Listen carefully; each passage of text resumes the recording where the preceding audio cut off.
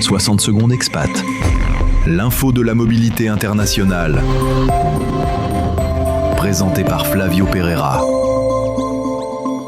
S'expatrier, ce n'est pas seulement prendre un avion pour un autre pays, c'est souvent entrer dans une zone de turbulence intérieure. Dans The Conversation, la chercheuse nigériane Abisola Olawale, doctorante dans une université en Écosse, analyse les bouleversements intérieurs que connaissent les jeunes adultes qui s'expatrient. Elle le résume d'ailleurs ainsi, la migration n'est pas seulement une histoire de mouvement, mais le fait de vivre deux vies. Une moitié de soi qui reste au pays et une autre qui tente de s'adapter à une nouvelle terre d'accueil. Une histoire qui débute donc par de petits décalages, tels que la façon de prononcer son prénom, de rire à une blague que l'on fait mine de comprendre, ou ce moment où l'on hésite entre les gestes d'hier et ceux d'aujourd'hui. Cette vague de nouveautés forme une identité migrante que certains adoptent avec aisance ou au contraire avec difficulté. Car il persiste toujours un sentiment d'une position inconfortable, comme un pas de travers que l'on finit par intégrer à sa propre manière d'avancer. Certains diront que l'on a trop changé, quand d'autres reprocheront de ne pas avoir assez fait d'efforts. Mais loin d'y voir une fracture, Olawale invite à considérer cette tension comme une richesse.